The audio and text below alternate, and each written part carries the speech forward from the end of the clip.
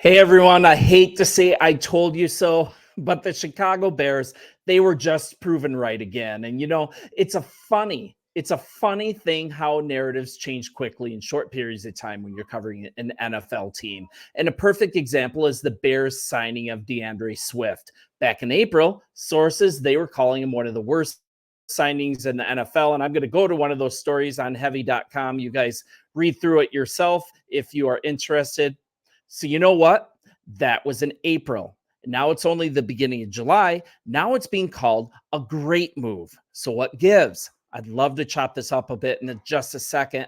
I'm Sean. This is Sports Talk Bears. I'm looking to be a news source on topics that aren't really getting a ton of play. So if you love the content, join this community. Hit the subscribe button as we push towards a community of 10,000 subscribers. Would love to have you.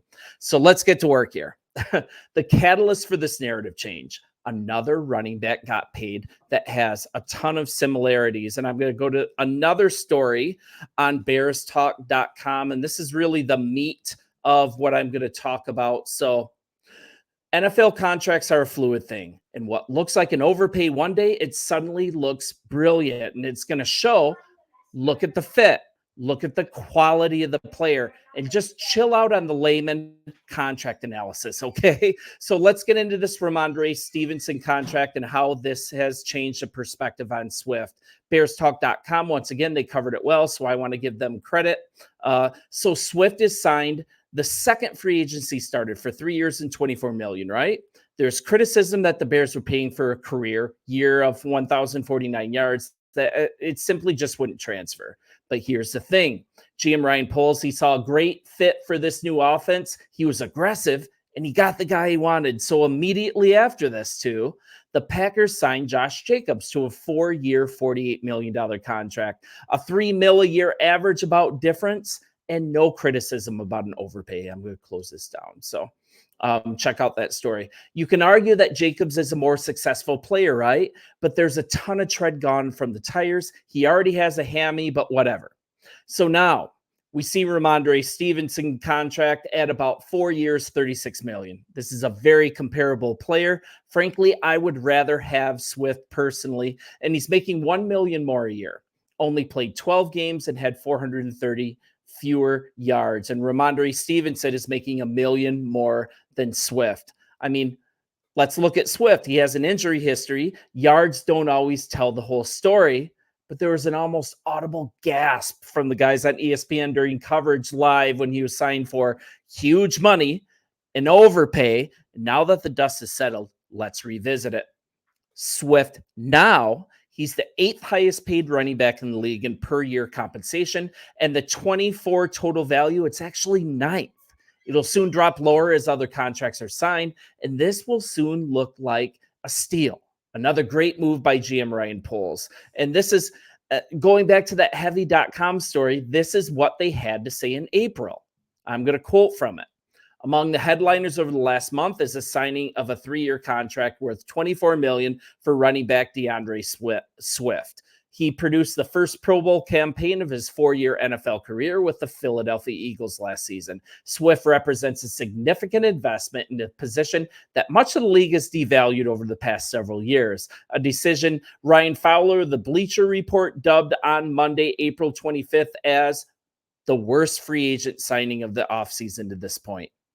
Now that it's only July, once again, the real truth is revealed. This is what Poles actually did.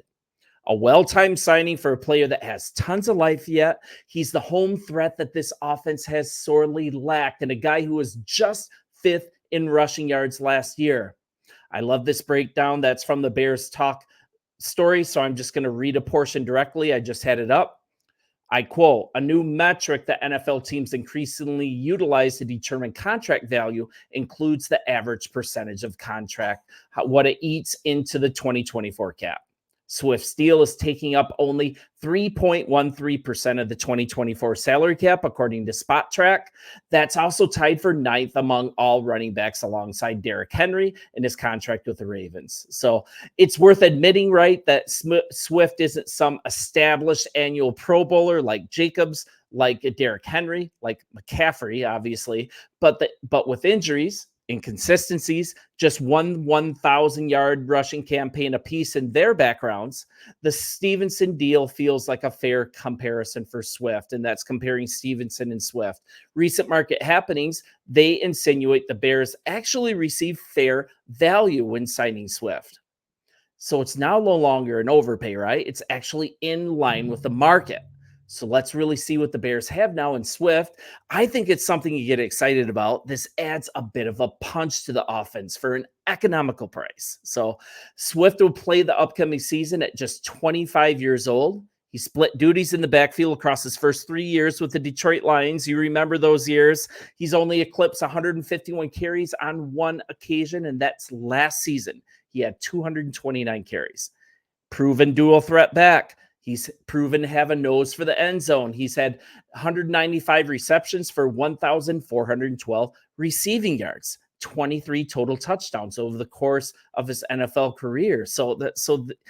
We've got a 25-year-old that has very little tread gone on the tires, and this is actually fantastic. And here's kind of a fun bonus. This is something the Bears should welcome. They should pick his brain because, like I just mentioned, from his time with the Lions, he's got knowledge of the Lions offense. He has knowledge of the approach and the tendencies of head coach Dan Campbell, his offensive coordinator, Ben Johnson. These are the guys that he played under for 2 seasons and 1 season respectively. So let's look at it a little more. What has GM Ryan Poles done here? Once again, not listening to outside voices. He has who he wants clearly identified, and he pulls the trigger. He understands the market. He understands the salary structures. He has some predictive outcomes of even a couple months later. I mean, knowing that an overpay today is perfectly aligned financially, not even 2 months later.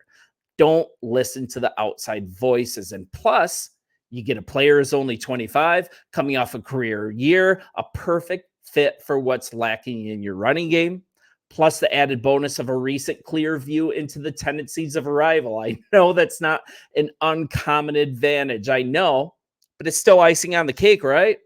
Couple that with a savvy signing of Jalen Johnson for below market value. I don't know how he got that done. Signing Sweat immediately to a big contract amid criticism. That contract, that's soon going to be a bargain once a few of the big boys get paid. Taking on DJ Moore at a now bargain rate. I believe he's like the 17th highest paid wide receiver in the league with a couple of years left on his contract. I mean, GM Ryan Poles has shown he can be trusted to care for the Bears cap and never overextend and choosing his shots, not just handing out contracts in a lazy way to fix every single issue via free agency. He picks his shots and he also drafts well. I just thought this was a really cool perspective on what can change in a very short time, and that it just takes one proven constant. There's one proven constant so far. And that's that we can all trust this GM. I'm on board with Ryan Poles, and you should be too. We should be super grateful that we have a GM that not only picks his shots with players, doesn't just irresponsibly throw cash around just to fix things via free agency. He is disciplined. He is patient. And also, he's not afraid to pull the trigger when there's a player that not only fits what we need on the team, but also the market level, so we still have a friendly cap. You guys let me know what you think. Bear down. It's been a great off season, and I can't wait for training camp.